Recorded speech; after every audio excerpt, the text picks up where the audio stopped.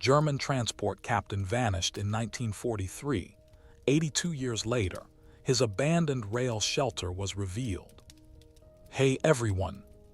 Tonight we are stepping into one of the most extraordinary cold case mysteries to surface from the ruins of the Second World War.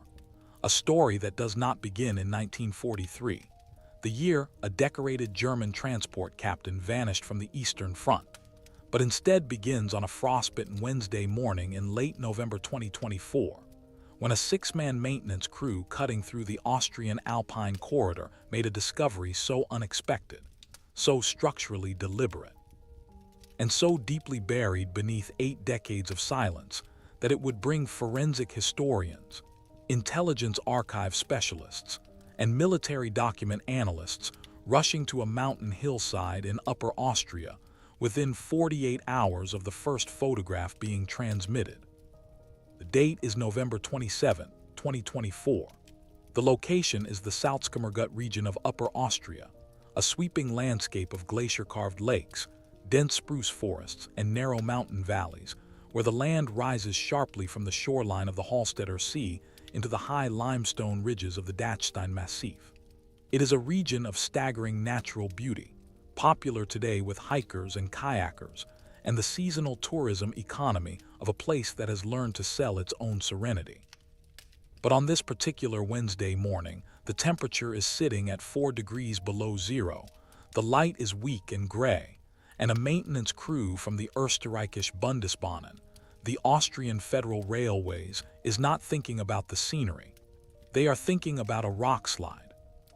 Earlier that autumn, in late October, a section of the hillside above an old disused spur line had shifted and released a modest avalanche of soil, clay, and fractured limestone onto the track bed below.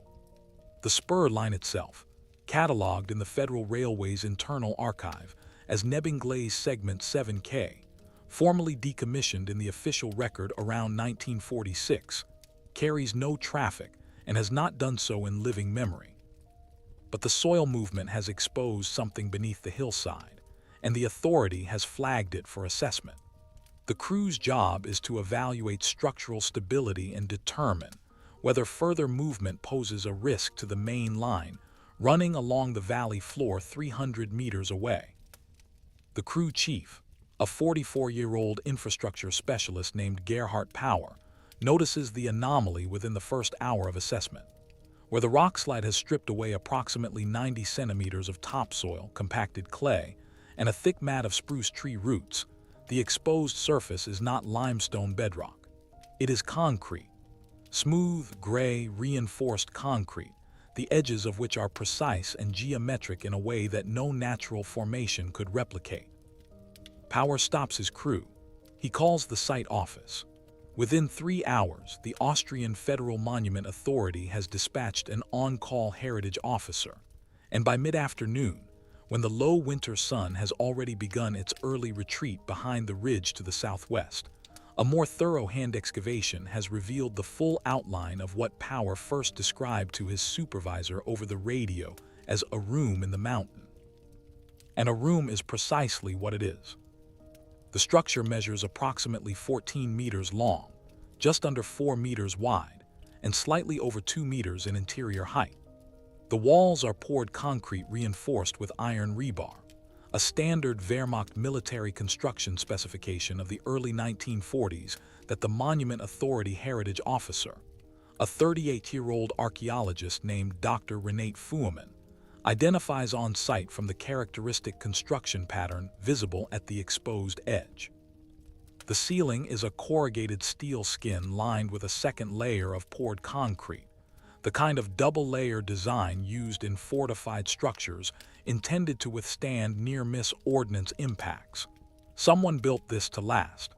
Someone built this to be invisible. The entire structure has been pressed approximately 4 meters into the natural hillside, and then the hillside has been deliberately redressed around it. The scrub vegetation replanted, the drainage channels redirected, the access points concealed. It is not a natural hiding place. It is an engineered one.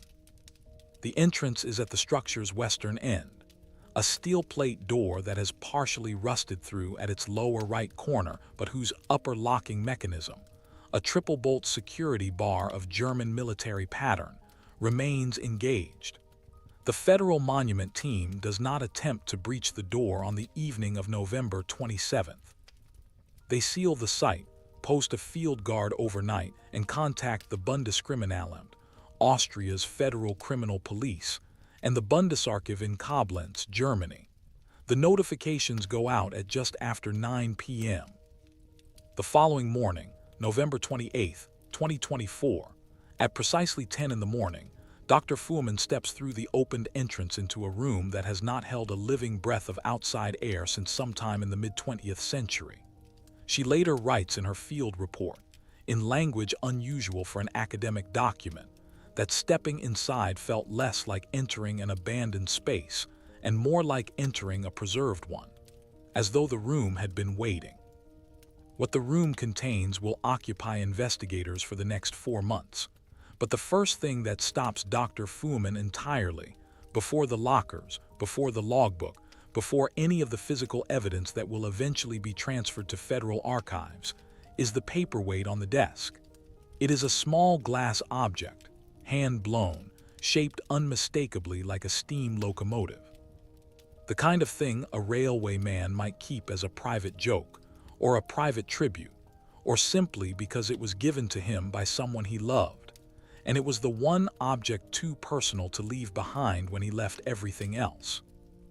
Beneath it, held flat on the surface of a Wehrmacht tissue bolted desk, is a leather-bound logbook, and beside the logbook, sealed inside a wax paper envelope stamped with the official seal of the Reichsbahn Transport Directorate, Vienna Central Command, and dated March 1943, is a set of identity documents.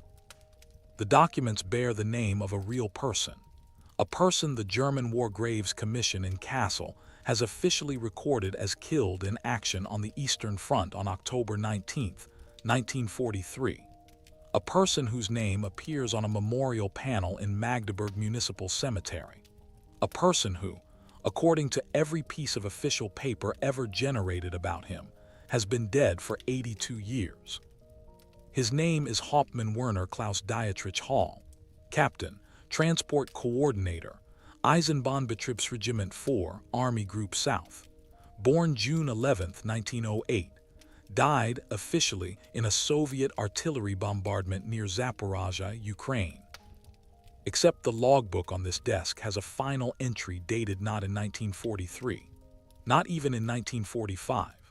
The final entry in Werner Hall's logbook is dated in the spring of 1952, and it is written in the calm, methodical hand of a man who is very much alive, or at least was, at the moment of writing, sitting not on the Eastern Front, but in this very room, in this very mountain, in the silent Austrian Alps.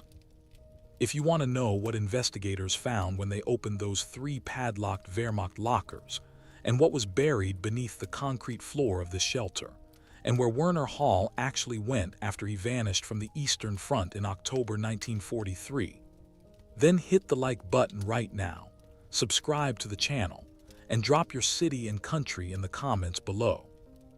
We have viewers watching tonight from Sao Paulo to Stockholm, from Nairobi to New Zealand, and every single one of you is going to travel this story with us from the Austrian mountains all the way to the streets of Buenos Aires.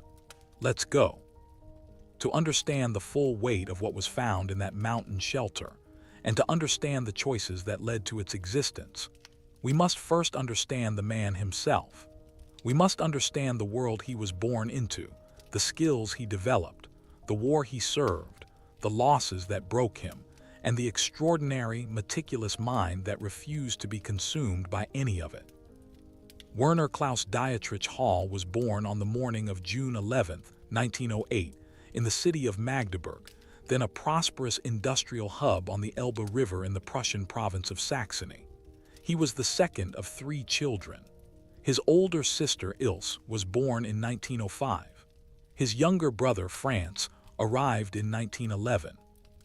Their father, Heinrich Georg Hall, was a senior track routing administrator with the Prussian State Railways, a career man of the old school, who understood the nation's rail network not merely as infrastructure, but as the physical expression of the German state's organizational ambition.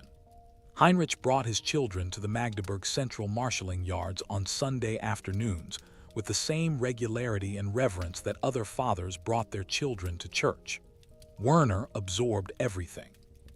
By the time Werner was 14 years old, he had not only memorized the major junctions between Berlin and Hamburg, but had developed a working understanding of freight load tolerance calculations, track-switching sequencing, and the scheduling logic that allowed a fixed set of rolling stock to move a maximum volume of goods across a given distance in a minimum window of time.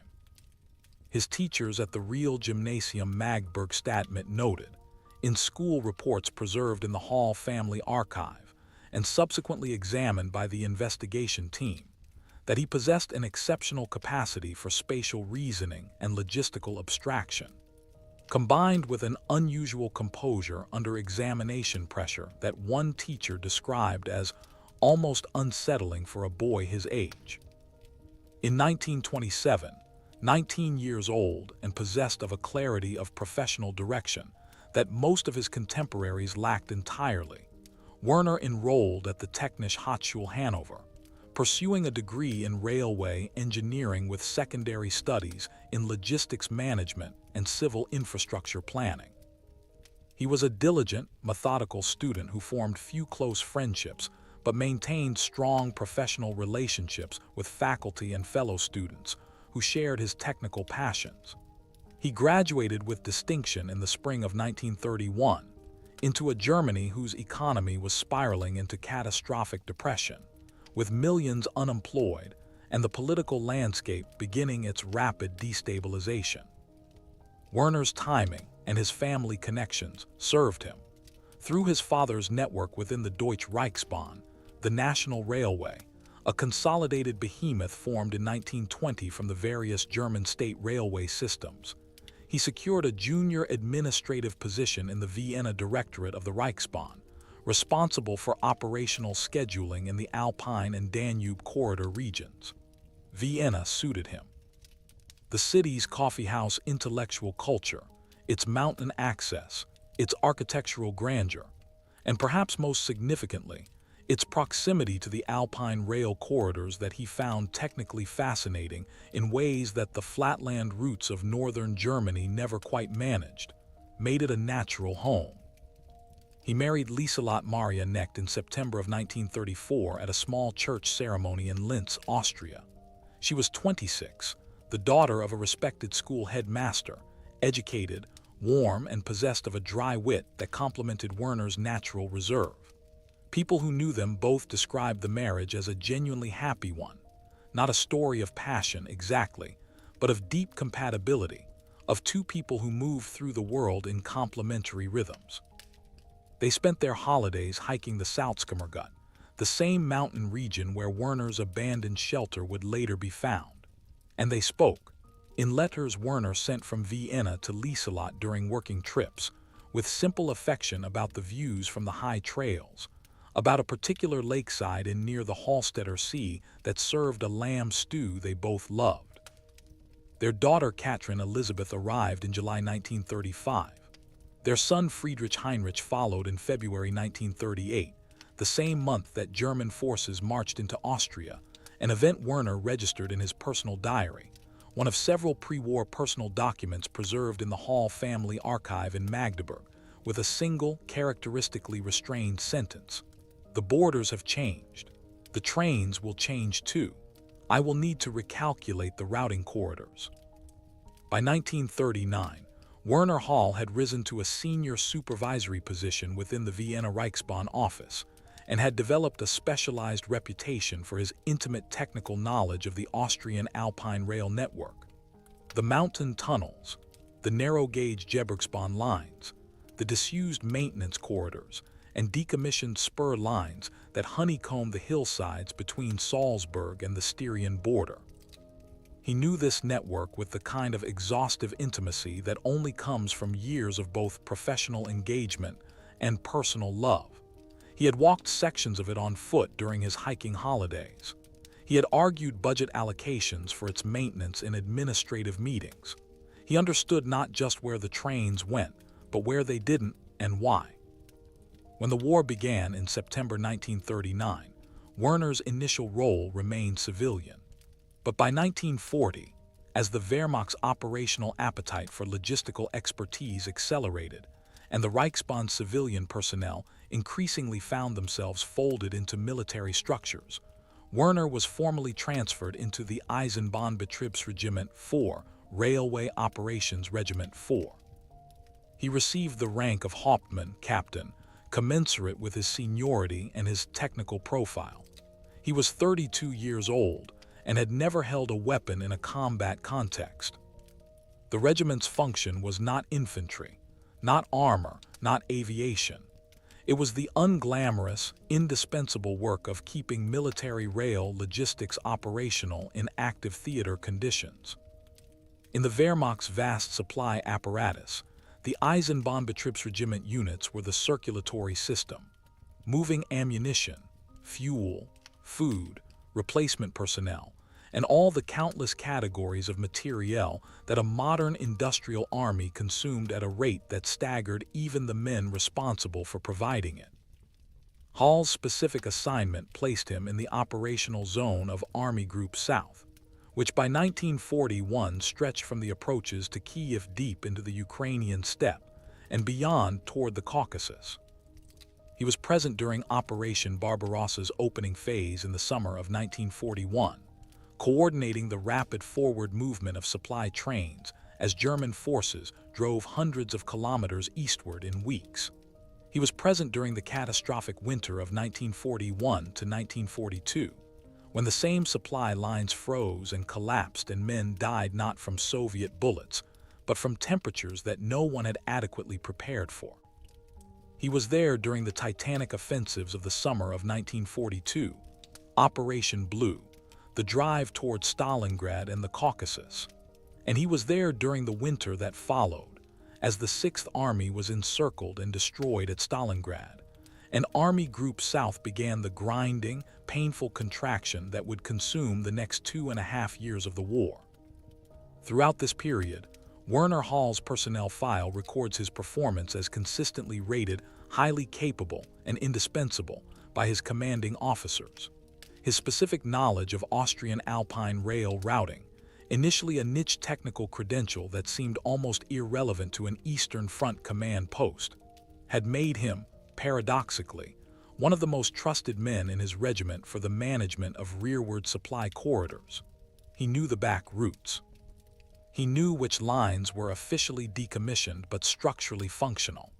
He knew, in the bureaucratic language of the railway world, which roads led nowhere, and how to make them lead somewhere if you needed to. And then in the spring of 1943, everything changed. The bombing raid that struck Magdeburg on April 19, 1943, part of an escalating British Royal Air Force strategic campaign against German industrial and urban infrastructure, hit the central residential district, where Lieselot Hall lived with 8-year-old Katrin and 5-year-old Friedrich in a third-floor apartment at Breder Weg 44. An incendiary device struck the building's roof at approximately 11:30 p.m. The building was consumed by fire within 20 minutes. Emergency services recovered bodies from the ruins the following morning. Lieselot Hall was identified from personal effects. She was 35 years old. Katrin Hall was identified by her clothing. She was 8.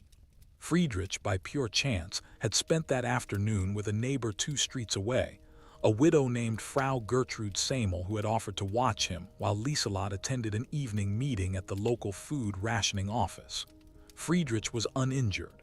He was brought to the care of his Uncle Franz the following week. The telegram informing Werner of his wife and daughter's deaths was processed through Wehrmacht military postal channels and delivered to him at his forward coordination post near Dnepropetrovsk on approximately May 2, 1943. 11 colleagues later described in written or recorded accounts the change that overtook the captain in the days and weeks following that telegram. The methodical, composed professional retreated behind an impenetrable silence. He completed his duties precisely, correctly, without error, but the human being who had previously inhabited the professional shell appeared to have evacuated entirely. His commanding officer, Oberstleutnant Kurt Feldenbach, wrote in a June 1943 evaluation, a document now held in the Bundesarchiv Militärarchiv in Freiburg and reviewed by the investigation team in January 2025. That Hall was technically functioning at the highest level, but appears to have lost any personal investment in the outcome of the war or any aspect of his own future.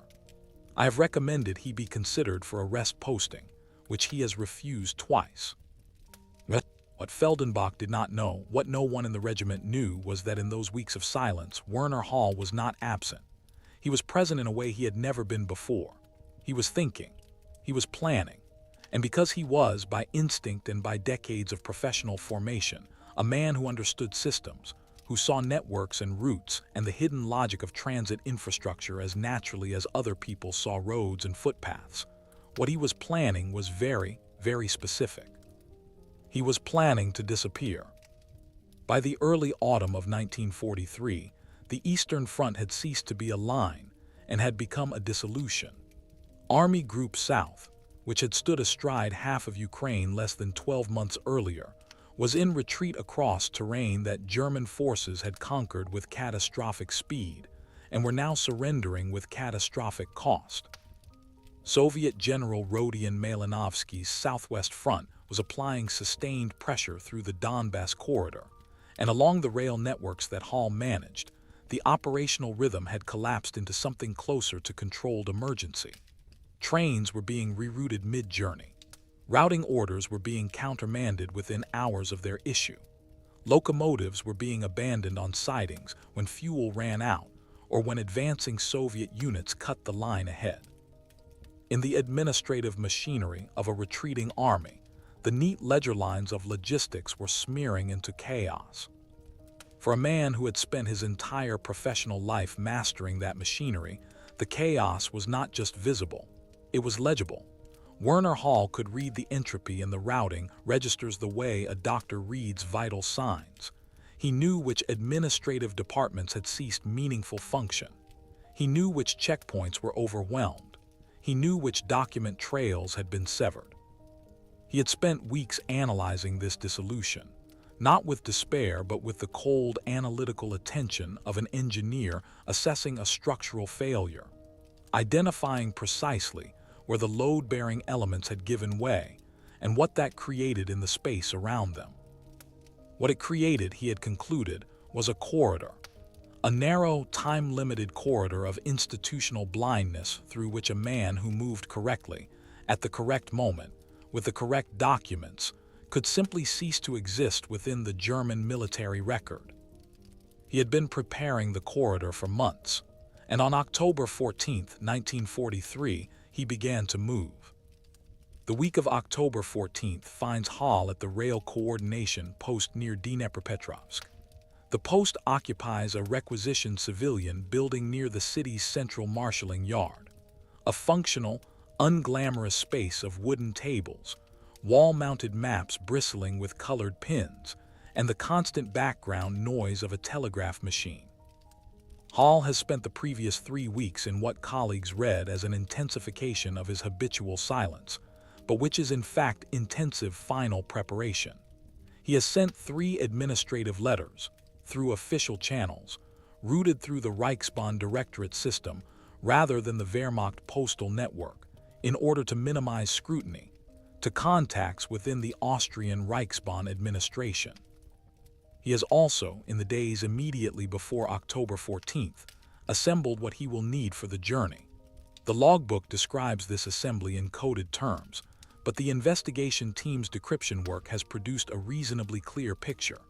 He has acquired a set of civilian identity documents, identifying him as Karl Weidenbach, a Reichsbahn infrastructure technician from Graz, Austria, documents forged with professional quality by the man the logbook calls Der Drucker, the printer.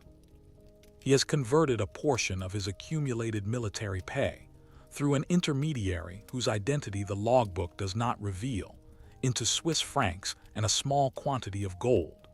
He has memorized a sequence of addresses and code phrases that correspond to the safe house network maintained by Adalbert Grunwald's underground organization, and he has chosen his moment. October 14, 1943, 9 in the morning. Werner Hall submits a standard travel authorization request, a Marschbefehl, to Oberstleutnant Feldenbach. The request is entirely routine in appearance. Hall requires transport to the Rail Coordination Office at Kryvyi Rog, 90 kilometers to the southwest, to deliver a set of technical routing specifications that cannot be transmitted by telegraph without risking interception. Feldenbach signs the authorization without hesitation. Hall has submitted dozens of similar travel requests over the course of his deployment. There is nothing to flag. Hall departs at approximately 9:30 in the morning in a standard Wehrmacht field vehicle. A Kubelwagen, accompanied by a 20-year-old driver, Corporal Eugen Rast of Stuttgart, who has driven Hall on previous administrative runs and regards the captain as a fair, taciturn superior who treats him with more basic courtesy than most officers he has served. They do not drive southwest toward Kryvyi Rog. They drive west, then northwest. Hall navigates from memory and from a privately annotated road map he carries in his document satchel, a map, investigators later note, that shows not just the standard military road network, but a series of additional routes hand-marked in pencil, including several that run through areas officially designated as rear security zones and therefore lightly monitored. At some point in the early afternoon, the logbook's entry for this day is compressed to the point of near opacity, suggesting Hall was writing in considerable stress. The vehicle reaches the outskirts of Zaporozhye, the city on the Dnieper River that will, within days, become the official location of Hall's supposed death. Here, Hall dismisses Rast. The corporal, according to his 1946 deposition to Allied investigators, received explicit orders to return to post immediately and to report that Hall had continued onward independently to attend to additional liaison business. Rast complied. He drove back. It was the last time anyone in the regiment saw Werner Hall alive. October 15, 1943.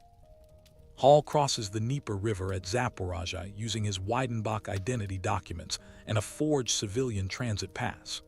A Reichsbahn freight locomotive crew, prearranged through the network Hall has spent months assembling, takes him westward from the Zaporozhye freight yard. The locomotive is carrying ballast materials to a repair depot, a routine movement that attracts no scrutiny. Hall rides in the cab, wearing civilian work clothes, carrying his Weidenbach identity. He is invisible in the chaos of a retreating front. October 19, 1943, afternoon. Back in Dnepropetrovsk, Hall's 5-day absence from post has by now generated concern. Oberstleutnant Feldenbach has initiated an inquiry. At approximately the same time, and here the investigation confronts one of its most troubling questions, Lieutenant Hans Graber and Hauptmann Oskar Bender of the regiment submit a joint report stating that they observed Hall in the Zaporozhye area on or around October 17th, and that he was present in a sector struck by Soviet artillery on October 19th, and is believed killed. No body, no physical evidence, no corroboration beyond their two signatures. Were Graber and Bender honest witnesses reporting a genuine sighting? Were they participants in the deception, approached by Hall beforehand and compensated for their false testimony? Or were they covering their own institutional embarrassment at failing to notice a senior officer's disappearance sooner? The investigation team has examined both officers' subsequent records. Graber was killed in action in Normandy in June 1944. Bender survived the war, was processed through denazification in 1946 with no notable findings, and died in Frankfurt in 1974. Neither man ever made any further reference to the Hall incident in any documented statement. What is certain is the effect of their report. The Wehrmacht's administrative machinery, already overwhelmed with thousands of daily casualties, processes the death certification in under 48 hours. By October 21, 1943, Werner Hall is officially dead. He is, in fact, somewhere in German-occupied Poland, riding a second relay freight connection arranged through the Grunwald network, moving steadily westward toward Austria. The journey takes 17 days in total. 17 days of false names, relay contacts, hidden rail routes, and the kind of sustained psychological composure under existential pressure that Werner Hall had, as his school teachers once noted, demonstrated since childhood. He sleeps in signal workers' huts, in the lofts of farmhouses belonging to Reichsbahn employees loyal to Grunwald's network. And on at least one night, the logbook suggests, in a freight car parked on a disused siding somewhere in the vicinity of Krakow, the temperature below freezing, and the sky outside the car's cracked roof board brilliant with autumn stars. He passes through Vienna's outer freight yards, his own professional domain for over a decade, on approximately October 29th or 30th, moving through on a maintenance worker's pass that gets him within 2 kilometers of the apartment where he worked for 7 years, the office where he became the man whose technical expertise now carried him invisibly through the city's infrastructure. He does not stop. He moves through Vienna like a ghost through its own house. From Vienna, he follows the final relay of the escape route into the Salzkammergut. He takes a maintenance rail vehicle, a small motorized inspection trolley used for track inspection on the disused spur line, through the final kilometers to the shelter entrance.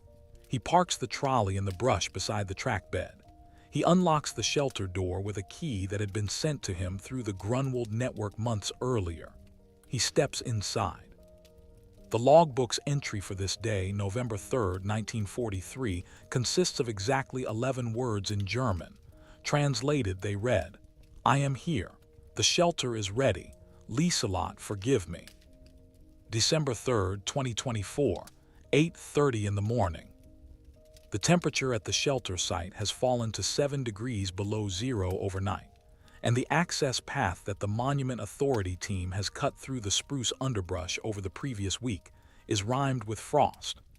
Dr. Renate Fuhrman stands at the shelter entrance in a down jacket and thermal gloves, briefing a group of 8 people who have assembled in the thin, early light. Among them, 2 officers from the Bundeskriminalamt's Historical Crimes Division, a document specialist from the German Federal Archives in Koblenz named Dr. Peter Waldman, a military history consultant from the University of Vienna named Dr. Franz Mayer, and a forensic engineer who has been asked to assess the structural integrity of the shelter before the team begins a full interior examination. The 3 Wehrmacht tissue lockers are the focal point of the morning's operation.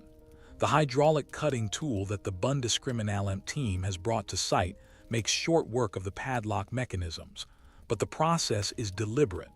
Each lock is documented photographically before cutting, and each is preserved for potential fingerprint analysis. The cutting process takes 40 minutes in total. Then the locker doors swing open. What follows is 4 months of forensic investigation of extraordinary scope and complexity.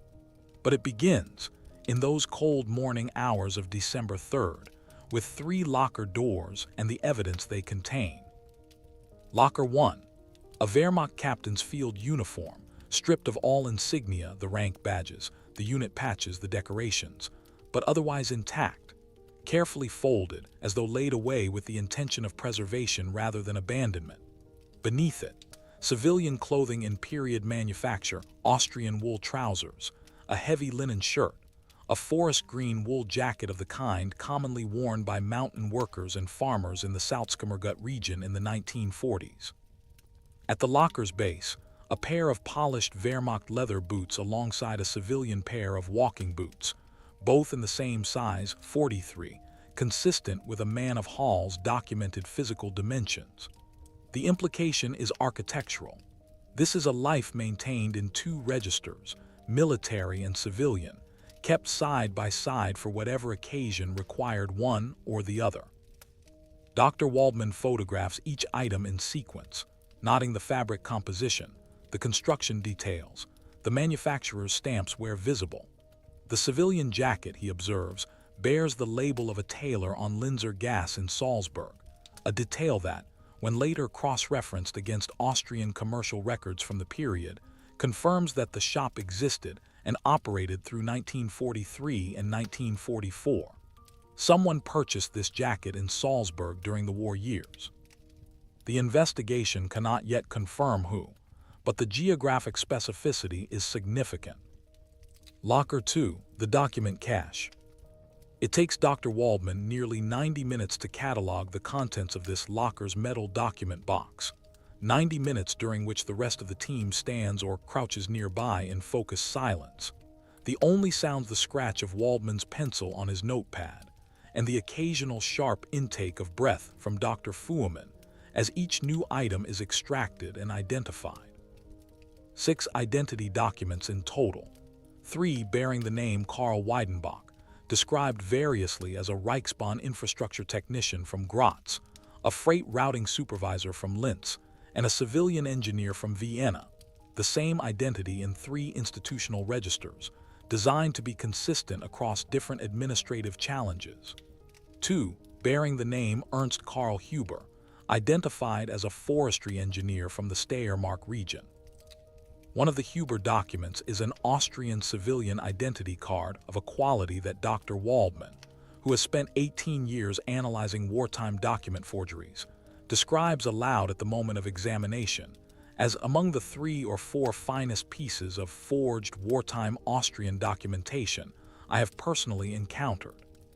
The signature stamp is indistinguishable from legitimate Viennese municipal issue. The photograph, Werner Hall's face, slightly younger than his shelter years, clean-shaved, in civilian collar, stares from the card with the calm of a man who has practiced his own expression. And then the Argentine residence permit, dated September 1948, bearing the name Ernst Karl Huber, address in the Barrio de Palermo, Buenos Aires, profession, ingeniero.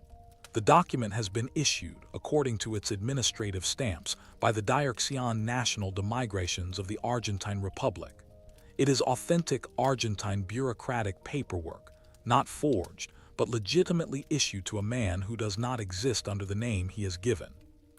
The room is silent for a long moment after Dr. Waldman announces what he is holding. Then Dr. Mayer, the military historian, says quietly in German, "He made it. The man actually made it." Locker 3, the letters. 11 letters, folded with precision into individual wax paper sleeves, each sleeve sealed with a small drop of wax and marked in pencil with a number, 1 through 11, in sequence. The letters are addressed to Friedrich Hall, Breder Weg, Magdeburg, the pre-war family address. They have never been posted. They have been written, sealed, numbered, and stored in a precise sequence, as though waiting for a method of delivery that never materialized.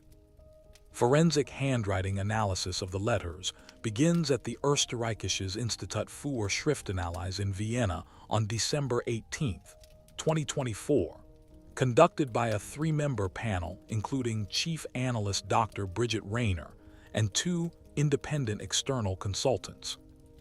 The analysis compares the handwriting in the letters against 3 authenticated pre-war samples of Werner Hall's writing, 2 administrative reports from the Vienna Reichsbahn Directorate held in the Staatsarchiv, and a personal letter to his brother Franz written in 1939, preserved in the Hall family archive. The panel's conclusions, issued in a formal report dated January 22, 2025, are unambiguous. The handwriting in all 11 letters is consistent with the authenticated samples. The same author produced all 14 documents. Werner Hall wrote these letters. The letters themselves are extraordinary documents, not for what they reveal about logistics or escape routes or false identities, but for what they reveal about the interior life of a man who had dismantled himself completely and was trying, in private, written words addressed to a child who would never read them, to remain a recognizable human being. Letter 1, dated by internal reference to the winter of 1943 to 1944. Friedrich, you will be 5 years old now, or close to it. I think about whether you have your mother's eyes or mine. I think I remember that you had hers, but memory does strange things to a man when he is sitting in the dark. I want you to know that I am not a coward, though what I have done may look like cowardice from where you are standing. The war took your mother and your sister. I decided it would not have me too. Whether that was bravery or selfishness, I have not been able to determine. While the letters undergo analysis, the investigation team simultaneously deploys ground-penetrating radar across the shelter floor on January 7, 2025. The radar sweep is conducted by engineer Klaus Hofbohr of the Vienna Technical Institute, using a GSSI SIR 4000 ground-penetrating radar system. The sweep returns anomalies in 2 locations: a subsurface disturbance in the northwest corner of the floor, approximately 60 centimeters below the base concrete, consistent in dimension with a deliberately buried container, and a smaller anomaly near the east wall that proves, on excavation, to be a bundle of corroded iron reinforcing rod with no further significance. The northwest anomaly is excavated on January 14, 2025, in a careful operation that takes 4 hours under field archaeologist supervision. At a depth of 62 centimeters, the trowel strikes metal. The extracted container is a sealed rectangular tin box, approximately 50 centimeters long by 30 wide, soldered along all seams with a precision suggesting professional workmanship. When opened in the controlled environment of the Vienna Forensic Laboratory on January 16, 2025, it contains 14 British Empire gold sovereign coins, dated between 1907 and 1919, a leather wallet containing Swiss francs, Austrian shillings, and Argentine pesos in denominations consistent with spending money rather than significant reserves. A second, smaller photograph that no one in the investigation has yet described publicly in detail, except to confirm it shows a residential street in what appears to be Buenos Aires, and a folded letter written on thin paper in an unfamiliar hand, not Hall's, in Spanish. The Spanish letter is currently being translated and authenticated by a consultant at the University of Vienna's Romanistics department, and has not yet been released to the public record. The gold sovereigns are submitted for metallurgical analysis. Their melt composition and strike characteristics confirm them as genuine British Royal Mint issue, consistent with their stated dates.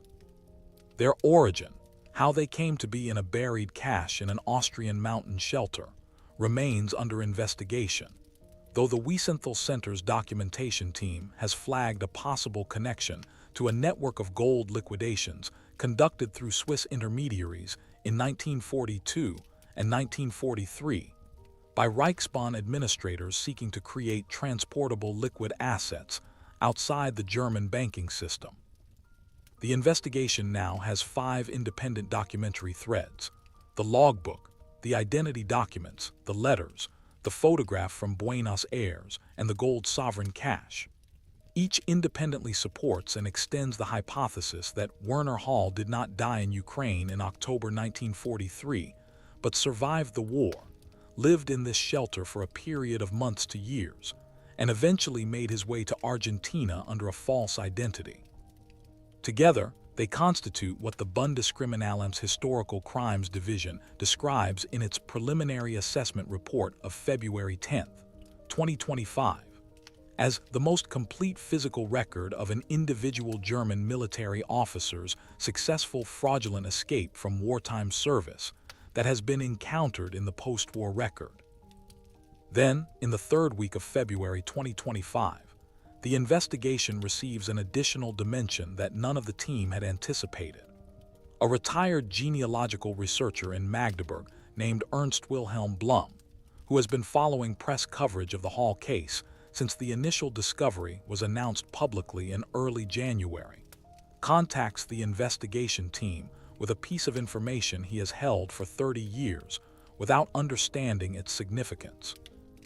In 1994, while conducting unrelated archival research in the Magdeburg municipal records, Blum had encountered a file of unclaimed correspondence at the city's historical archive, letters that had arrived at a Magdeburg address after the war and been returned to sender because no recipient could be located. The return address on the letters was a postal box in Zurich, Switzerland. The name on the outer envelopes was E. Huber. Blum had photographed these envelopes as part of a broader archival survey and filed the photographs without pursuing them further. They are now, 30 years later, potentially the most significant single piece of documentary corroboration in the entire investigation. The letters inside the envelopes, if they exist and can be located, would represent the only known attempt by Werner Hall to make actual contact with the world he had abandoned. The Magdeburg Historical Archive confirms on February 26, 2025, that the file Blum photographed in 1994 still exists. It contains 3 sealed envelopes, postmarked Zurich, Switzerland between 1948 and 1950. They are addressed to Friedrich Hall. They have never been opened. They are now being processed as evidence. Werner Hall did not build the shelter. He did not forge the identity documents. He did not arrange the Argentine residence permit or convert military pay into gold sovereigns, or establish the chain of rail contacts that moved him from Ukraine to Austria in 17 days. None of this was the work of one man operating in isolation, regardless of how formidable his organizational intelligence. The shelter, the documents, the network of relay contacts, the safe houses, these were infrastructure. And infrastructure requires architects. The architect, or at least the principal one, was Adalbert Ernst Grunwald, born September 3, 1894, in Wels, Upper Austria. At the time of the events under investigation, Grunwald was a 50-year-old middle-tier manager in the Vienna Directorate of the Deutsche Reichsbahn, holding the position of Streckenbetriebsleiter, Route Operations Director, for the Alpine Corridor Division. He had worked in Austrian railway administration since 1919 and had survived the political transition of 1938 with his career intact, having been sufficiently cooperative with the German administrative takeover to retain his position while maintaining what colleagues described as a notably apolitical personal profile. What he had built quietly over the course of his long career and the specific opportunities created by the wartime administrative environment was something that the investigation has come to call, in its internal documentation, the Alpine Corridor Network, though it bore no such name among its participants, who communicated through coded references and personal word of mouth rather than anything as organizationally formal as a designation. The investigation team's examination of Grunwald's complete administrative file at the Österreichisches Staatsarchiv, a file that spans over 400 pages of routing directives, personnel evaluations, infrastructure assessments, and budget submissions, reveals the architecture of the network in the aggregate pattern of individual decisions that appear, when examined in isolation, entirely routine. Between January 1942 and October 1944, Grunwald processed no fewer than 37 administrative reclassifications of Alpine rail infrastructure.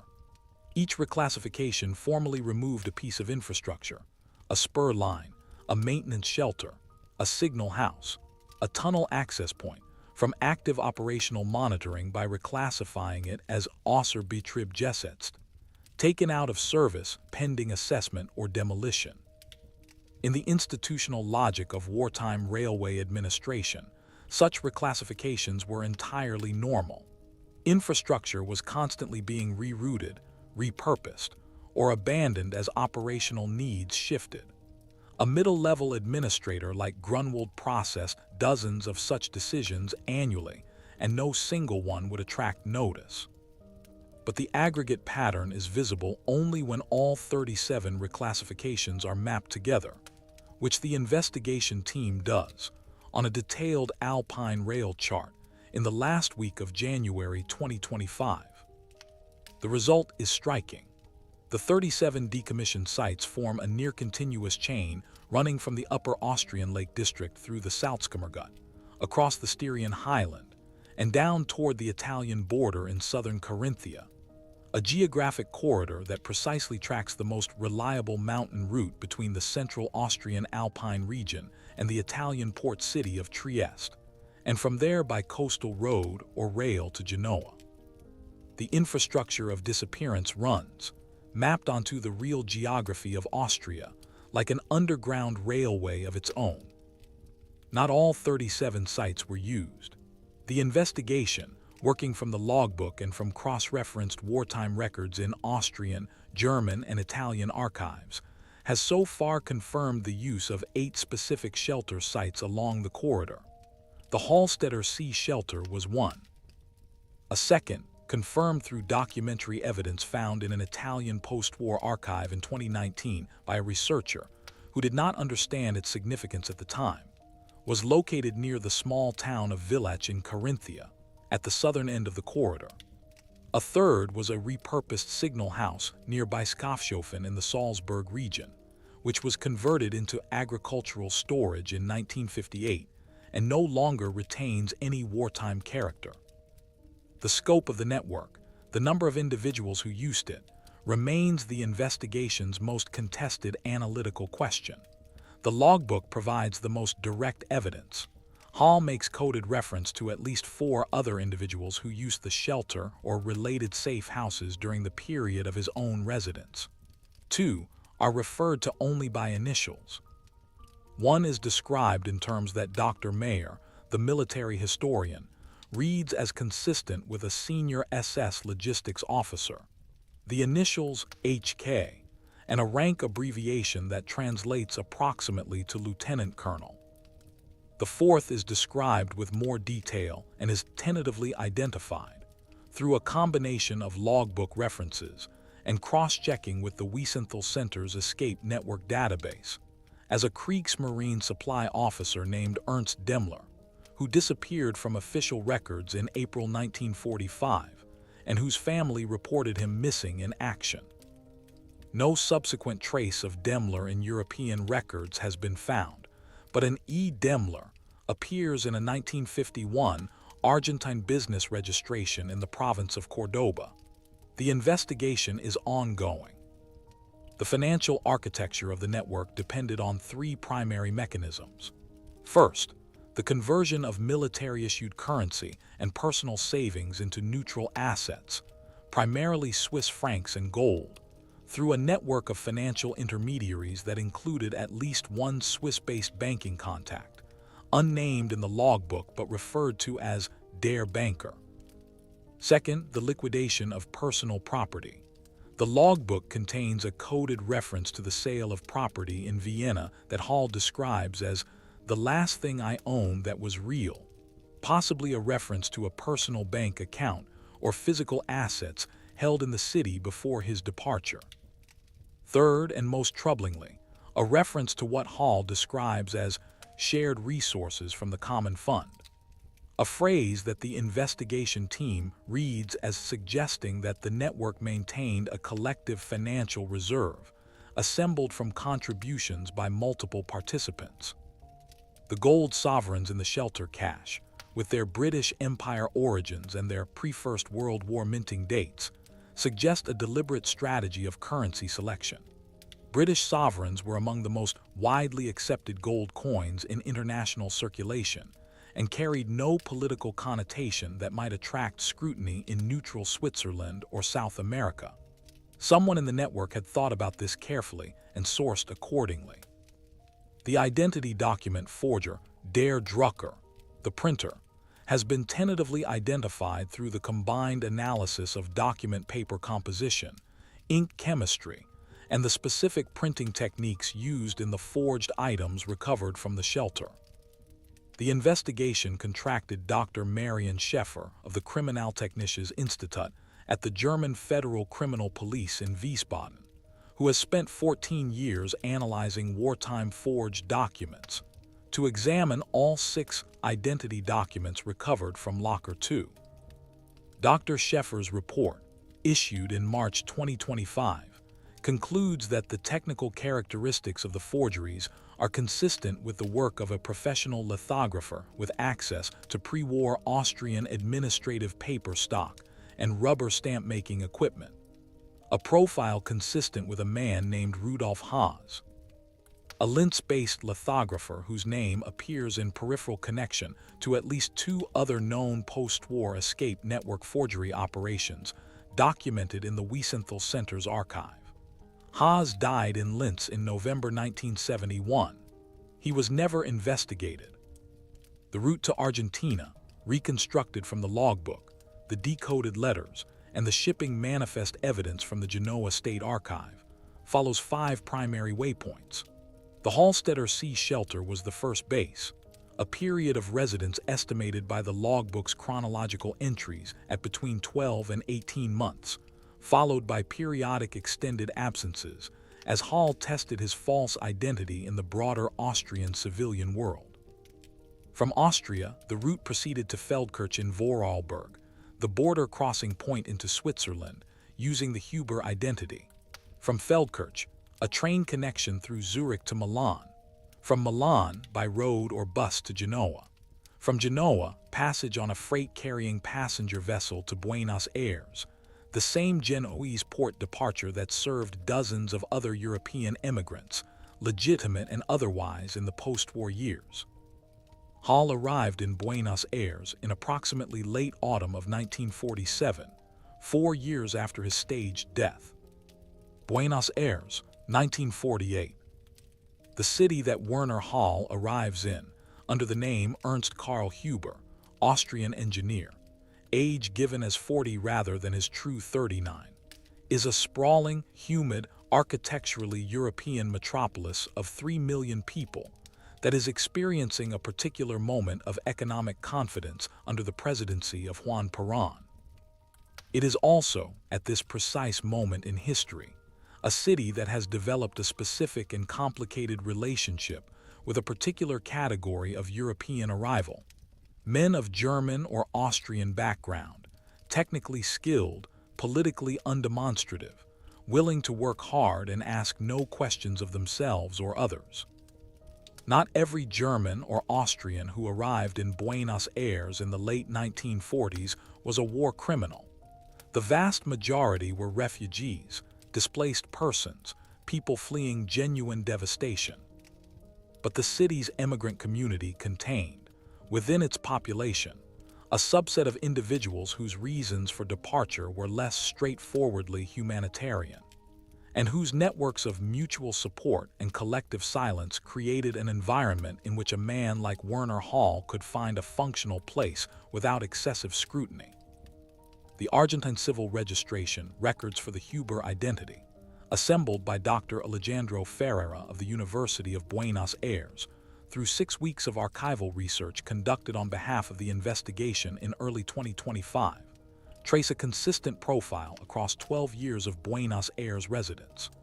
Ernst K. Huber first appears in the Palermo neighborhood registration rolls in early 1948, listed as a resident of a boarding house on Avenida Santa Fe.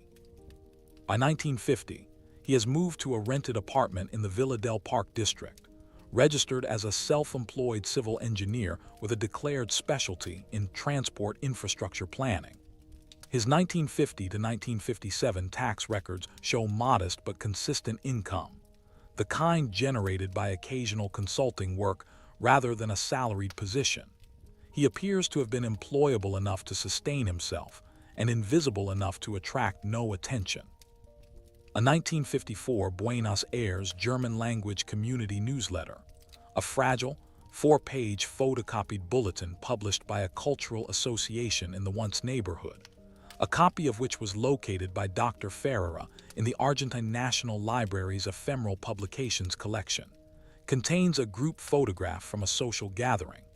14 men and 3 women are photographed at what appears to be a dinner table. The caption, partially legible due to the newsletter's poor print quality, identifies several individuals. One is listed as E.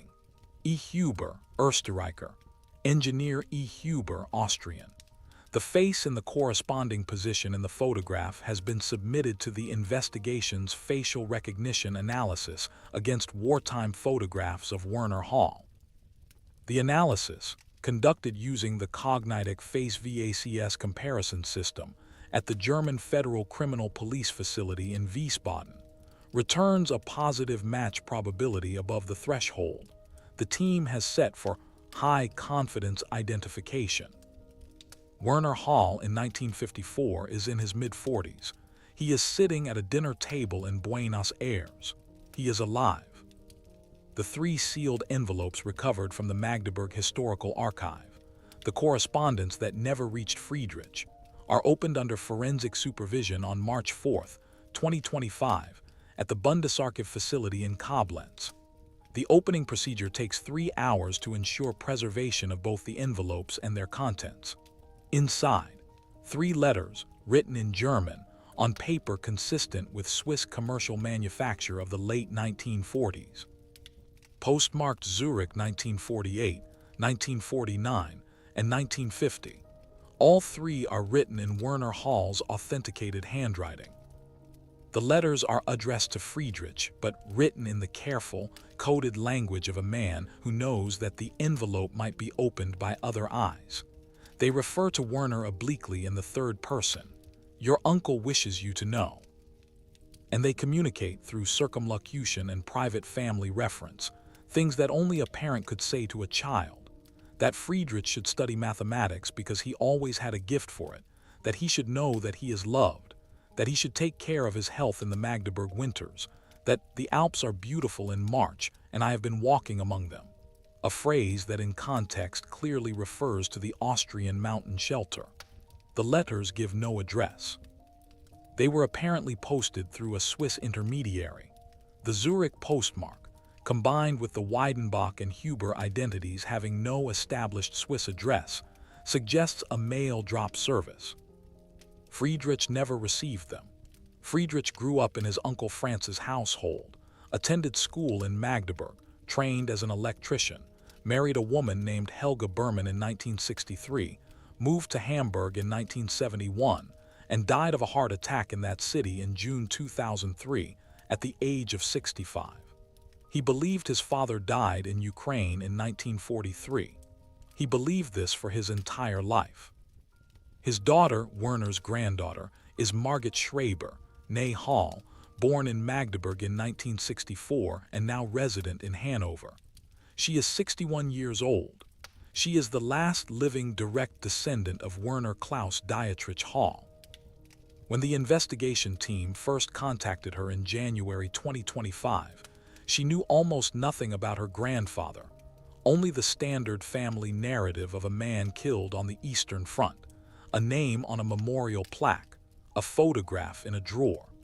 She agreed immediately to be kept informed of the investigation's progress. On March 7, 2025, she is shown copies of the letters. She reads them in a small conference room at the Bundesarchiv in Koblenz, with an archivist present but at a respectful distance. She reads all 3 twice. Then she looks up and says, to no one in particular, in a voice that the archivist later describes as entirely steady, "He was writing to my father his whole life. My father had a father his whole life and he just never knew." What happened to Werner Hall in his final years remains incompletely documented. The Buenos Aires evidence trail grows thinner after approximately 1957, as Huber's tax registration lapses and the address records cease.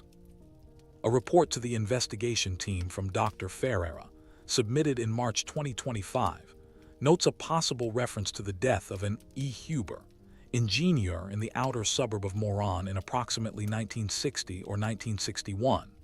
A reference found in a community newsletter death notice column, not an official death registration.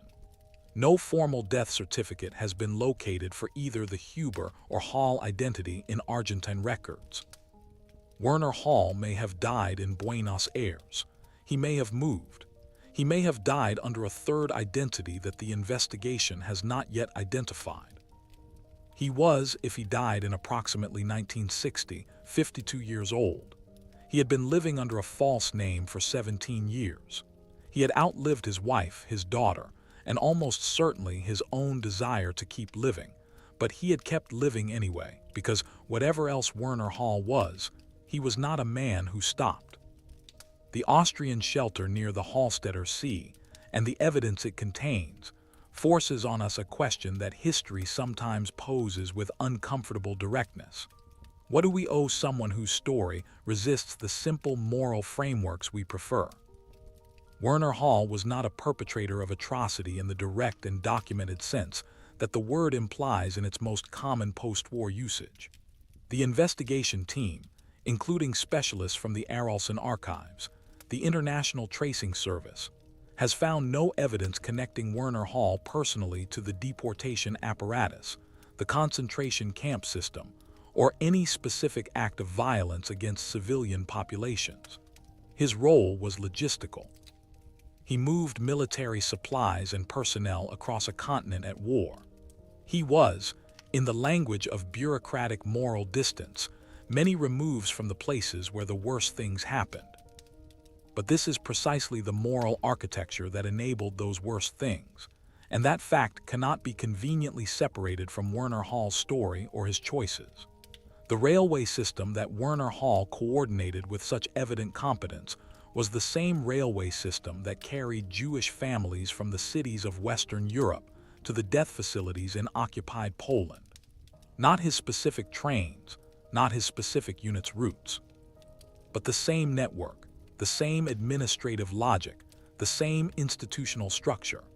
The Deutsche Reichsbahn was a direct instrument of the Holocaust, as documented exhaustively by historians including Raoul Hilberg in his foundational work on the destruction of European Jewry. Werner Hall served that institution, proficiently and with professional pride, for 12 years. He then escaped the consequences of that service by exploiting the very expertise the institution had given him. His intimate knowledge of its hidden routes, its invisible corridors, its bureaucratic blind spots, to vanish before those consequences could be assessed. The historical community is divided about how to characterize this. Dr. Mayer of the University of Vienna, writing in a preliminary academic commentary published in February 2025, argues that Hall represents a category of historical actor that the post-war reckoning was structurally ill-equipped to process. The technically complicit, the institutionally embedded, the person whose guilt is real but diffuse, whose crimes are systemic rather than individual. We built judicial systems to find specific perpetrators of specific acts, Mayer writes. Werner Hall escaped not just through the mountains, but through the category gaps in our moral accounting. The victims of the regime he served, they exist in their millions, and they are not abstract, received no accounting from him. Not because he was definitively guilty of an identifiable crime against a specific person, but because he removed himself from the entire framework of accountability without determining what, if anything, that accountability should have looked like in his specific case. He took that determination away from everyone, from the courts, from his contemporaries, from history, from Friedrich. That last one matters. The most direct victim of Werner Hall's escape who can be named individually is his own son. Friedrich Hall grew up without a father because his father chose self-preservation over return. Friedrich Hall never received the letters written to him. Friedrich Hall died in Hamburg in 2003, not knowing that somewhere in an Austrian mountain, and then on a South American street, his father had been writing his name for decades without the courage to send the words. There is also the matter of the network itself. The Alpine Corridor network that Grunwald built and Hall used almost certainly carried individuals whose actions during the war were far more directly criminal than Hall's. The logbook's reference to HK, the apparent SS lieutenant colonel, points toward a network whose moral contamination was not uniform, but whose lowest moral threshold set the ethical floor for all participants. By using the network, Werner Hall was in the company of whatever it was that network carried. He knew this, and he used it anyway. And yet, he did not destroy the logbook. He did not destroy the letters. He did not obliterate the evidence of his existence in that mountain room, and a man of his organizational intelligence and logistical expertise could easily have done so. The buried cash, the preserved letters, the maintained logbook, these constitute, at minimum, a refusal to pretend that what he had done did not exist. Whether this was conscience or pride, or the simple human inability to permanently suppress one's own story, we cannot determine, but it is something. There is no comfortable resolution available here. We cannot declare Werner Hall innocent of the moral weight his service carried. We cannot declare him guilty of a crime specific enough to prosecute had he lived. We can only note that he was a human being of exceptional technical competence and profound personal grief who made choices that served his survival and harmed others, and who left, in a mountain in Austria, a record that suggests he knew exactly what he had done and could not entirely live with it. This is not exoneration. It is the harder thing. It is accuracy. March 28, 2025, late afternoon. The Austrian Federal Monument Authority has declared the shelter near the Hallstätter, see a protected heritage site under Austrian federal law, a designation that prevents its demolition or modification, and requires its preservation for historical and public access purposes. The legal designation was processed in under 60 days from the initial discovery, an unusually rapid timeline that reflects both the political sensitivity and the historical significance of the find.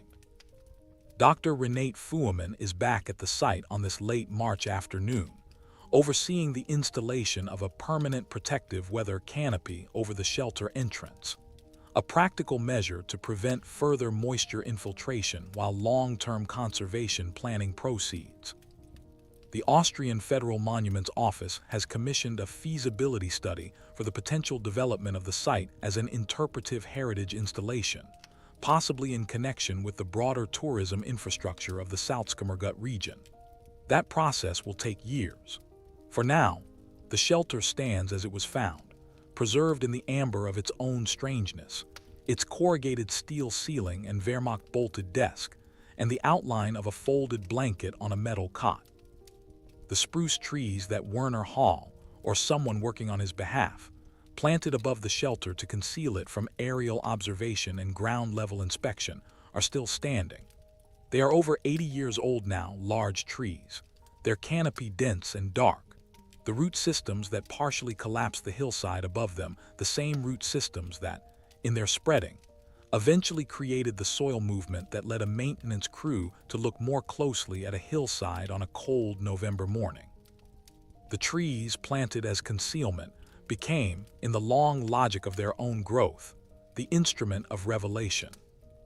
There is something in that which Werner Hall, who thought about systems and roots and the long-term behavior of infrastructure, might have appreciated, or might have foreseen.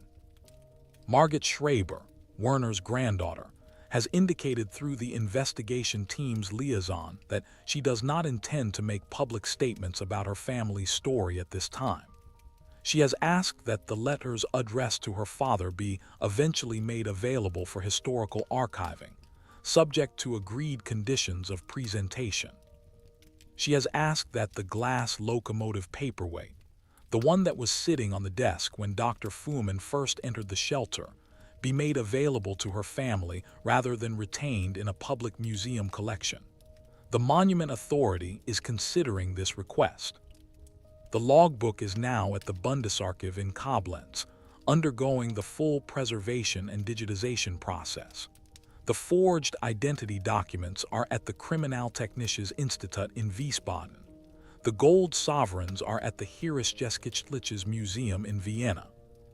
The photograph from Buenos Aires, the one showing a middle-aged man in civilian clothes, standing in South American sunlight, dated February 1952 in pencil on its reverse, has been published in the investigation team's preliminary public report, released on March 15, 2025, and it has attracted, in the weeks since, the kind of attention that photographs of the almost solved mystery tend to attract. Thousands of responses, some thoughtful, some reflexively condemnatory, some expressing a strange, uncomfortable sympathy for a man who disappeared so completely that the world had no choice but to believe him gone. The investigation remains active.